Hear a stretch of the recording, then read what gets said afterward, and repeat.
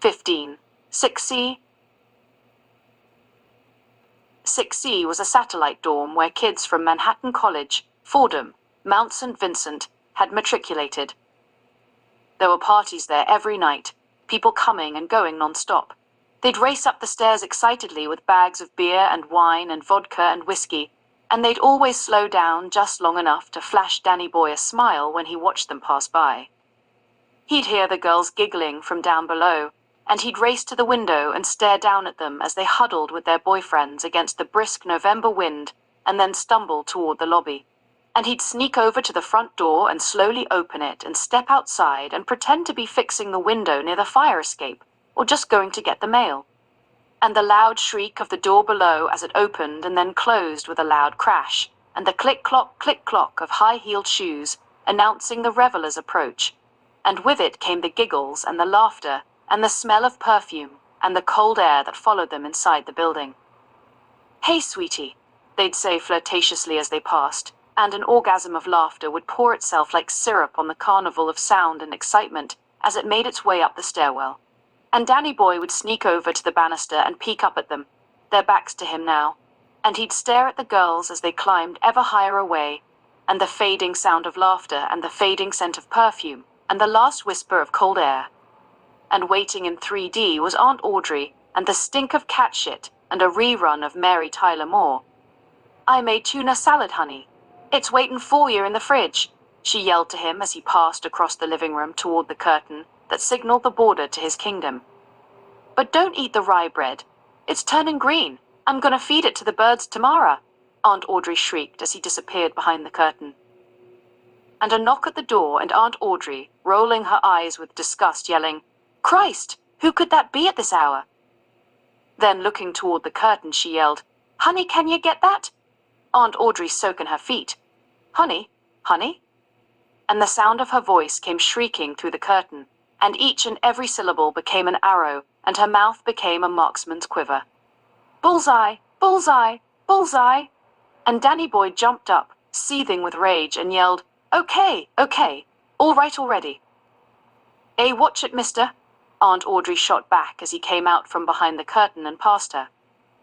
Two of the girls he'd often watched coming and going, the blonde was Marcy and the brunette Eleanor, were standing outside the door, a hue of perfume and of cold wind swirling all around them. "We need a man," Marcy said as Eleanor giggled, "a real strong one, to help us carry some stuff upstairs." "We'll pay you," Marcy added. "Who is it, honey?" screeched Aunt Audrey. And Danny Boy stepped into the hallway and closed the door behind him, more to hide the sense of shame that seemed to be staple to any thoughts of Aunt Audrey and Uncle Pete, and the apartment he lived in, and the neighborhood too. He stepped back inside and grabbed his coat and quietly closed the door behind him again. Teresa was standing beside the open trunk of a blue Impala huddled up against the night wind, all in black, a navy peacoat seemingly failing its first true test of worthiness. "Jesus," she said, "what the fuck took you bitches?" And as Danny Boy dutifully passed the girls and set about the work, countless cases of beer tightly crammed into the Impala's sizable carriage, Teresa gave him the once-over and said, "I told you bitches to get a man, not a little runt like this." He pretended not to hear the remark, nor the roar of hilarity that followed it, that familiar sound for which the girls of 6C were famous, which now so villainously landed in the center of his back as he reached into the trunk for the first case of beer. "Bitch, I ain't impressed," Teresa said to him as he turned back toward the building, the crushing weight of the 4 cases he now carried tearing into his muscles. Up the stairs he raced, the fury of the insults shot into him, serving as the fuel that ignited the journey. And he wished to cry like a little boy and tell someone the terrible things Teresa had said to him, and how they did so deeply hurt him, and he wished to rage like a grown man too, to return to the scene of the crime and avenge the transgression.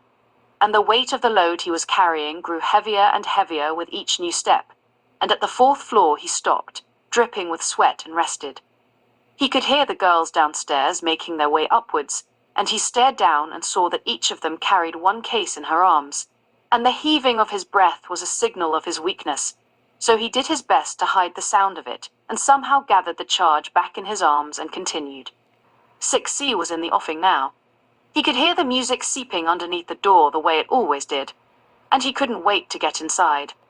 So many times he'd snuck up the stairs and pressed his ear against it. He'd even climbed down the fire escape from the roof and peered inside as well. But now he would finally make his way inside. Dropping the cases with a semi-loud crash, he arranged them neatly before knocking on the door. But the music was so loud that no one inside could hear. Marcy, Eleanor, Teresa loudly click-clocked their way northward, and were somewhere between the 4th and 5th floor by the boys' estimation. Another knock, this time much louder. No answer. Danny Boy rubbed his stinging knuckles and tried the knob. It opened. He gathered the 4 cases back into his arms and stepped inside. Billy Joel's stiletto bounced back and forth along the walls of the long corridor that led into the apartment. Some kids were huddled around the table in the living room. "Holy Christ," one said. "Let me help you with those?" The others looked across or over their shoulders at him. Richie took half the load, and the remainder now felt light as a feather. "Kitchen's this way," he said. The girls arrived and poured into the kitchen.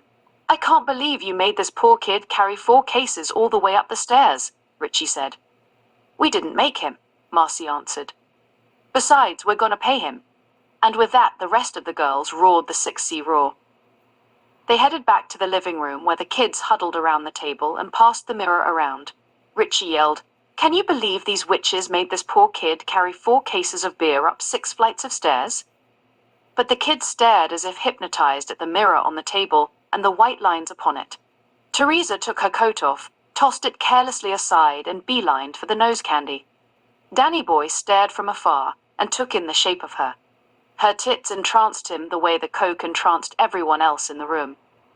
She was sitting on someone's lap. The guy didn't seem to mind. Suddenly, the mirror had made a detour onto Teresa's lap, and she took the rolled-up dollar bill that was passed to her and sucked and sucked and sucked. "Jesus Christ, Teresa," someone yelled.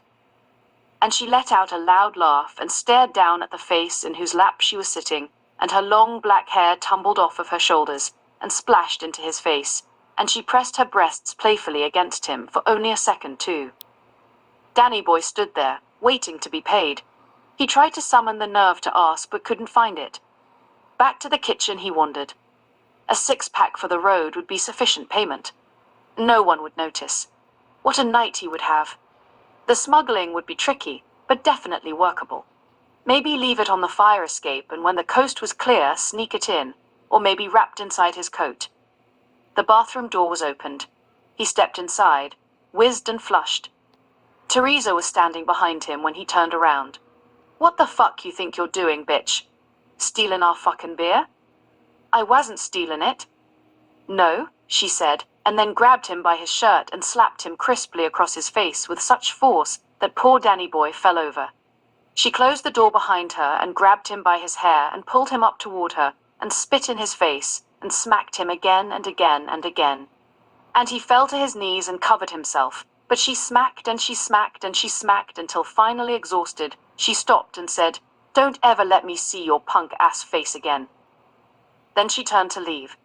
But her reflection in the mirror above the sink captured her attention, and she primped herself and primed herself, patting her hair and tucking in her shirt, and pulling her skirt back into position before returning to the party in the living room.